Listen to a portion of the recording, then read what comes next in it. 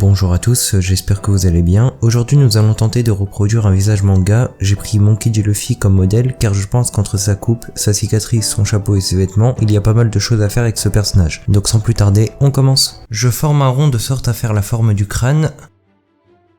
Je trace un trait à la verticale au milieu et je descends un peu pour ensuite dessiner le menton. Je trace un autre trait à l'horizontale pour situer où je vais commencer à creuser la mâchoire. Je commence à dessiner la mâchoire. Et là j'ai gommé parce que ce n'était pas symétrique. Donc là je vais gommer et je refais. Nous n'avons plus besoin du trait donc on va le gommer. Je fais deux accents circonflexes en guise de narine et je fais un peu d'ombrage. Je trouve que ça a son style. Ensuite on lui fait une grande bouche pour rester fidèle au personnage. Et en plus je fais souvent des grandes bouches. Donc voilà.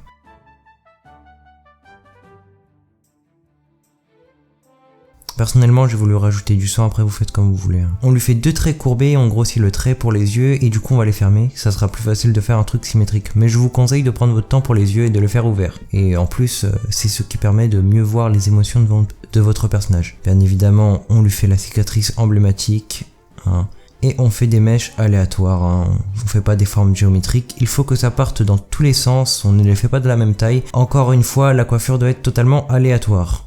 Là j'ai un critérium de mauvaise qualité, et en plus il est gras mais voilà quoi, vous avez compris. Pour les oreilles vous pouvez les faire rondes, moi je préfère un truc plus géométrique, je trouve que ça a son charme. Et pour le lobe d'oreille, on fait un trait très arrondi pour montrer que la zone est plus molle.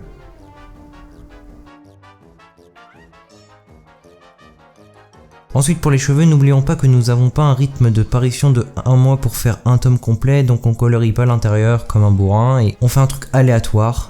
On dessine chaque cheveu.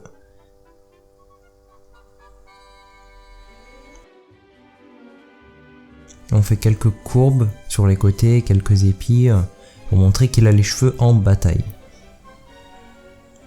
Comme dans le manga, au final. Donc du coup, pour les mèches, ne faites pas comme moi. N'oubliez pas que c'est votre dessin, donc faites comme vous le sentez. C'est qu'un exemple. On va commencer à dessiner son célèbre chapeau de paille qui lui a valu le nom de Luffy Mugiwara. Donc Mugiwara en français veut dire chapeau de paille. Et du coup là on va faire un ovale pour montrer que le chapeau est un peu relevé, donc créer un effet de perspective. Et ensuite on fait un demi-cercle. J'ai dit un demi-cercle. Voilà, c'est mieux comme ça.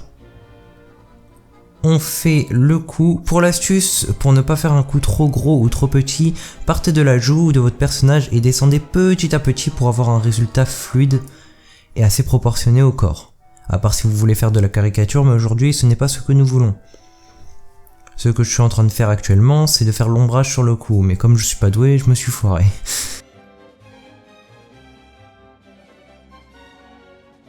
Alors, pour la texture du chapeau, comme c'est de la paille tissée, nous allons faire un effet comme si on voyait le tissage. Donc on fait une sorte de quadrillage. Moi je n'ai pas pris ma règle car j'étais en vidéo donc fallait aller plus vite, mais je vous conseille de prendre votre règle pour faire un truc plus propre. Et plus droit aussi. Donc voilà. On repasse du coup, voilà.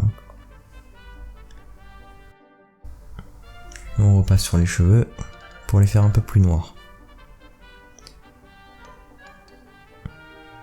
Donc du coup après on lui fait ses trapèzes. Et ensuite on lui fait ses clavicules. Voilà. On lui fait le col de sa veste. Enfin, sa première. Nous allons faire le Luffy avant l'ellipse bien sûr. Là ne faites pas attention à ce que je voulais faire. J'ai voulu faire un effet... Comme si c'était de la fumée, mais en fait je vais très vite l'effacer après, vous allez voir. Ensuite on passe une couche assez noire, du coup vu que c'est du noir et blanc, ça représente le rouge de sa veste. Voilà. Comme vous pouvez le voir, mon critérium est très gras, donc voilà, car si vous voulez pas vraiment faire un effet très sali sur votre dessin, sachant que le crayon ça s'estompe. Enfin c'est fait pour être estompé quoi. Mais là, rien que si je touche avec le doigt, je peux laisser des grosses marques, donc on va éviter. Et ensuite, on fait un peu d'ombrage. Bon, je sais pas le faire, mais vous vous débrouillerez mieux que moi, voilà. Donc voilà, on fait de l'ombrage là où il doit y en avoir. Donc les mèches Pour montrer, elles sont pas collées au front de votre personnage quand même. Donc voilà, on fait l'ombrage, c'est très important. Et ensuite on repasse sur les cheveux, c'est pas obligatoire mais pourquoi pas. Après tout. Et donc on a notre personnage. Voilà, on peut rajouter sa signature et le poster sur Instagram.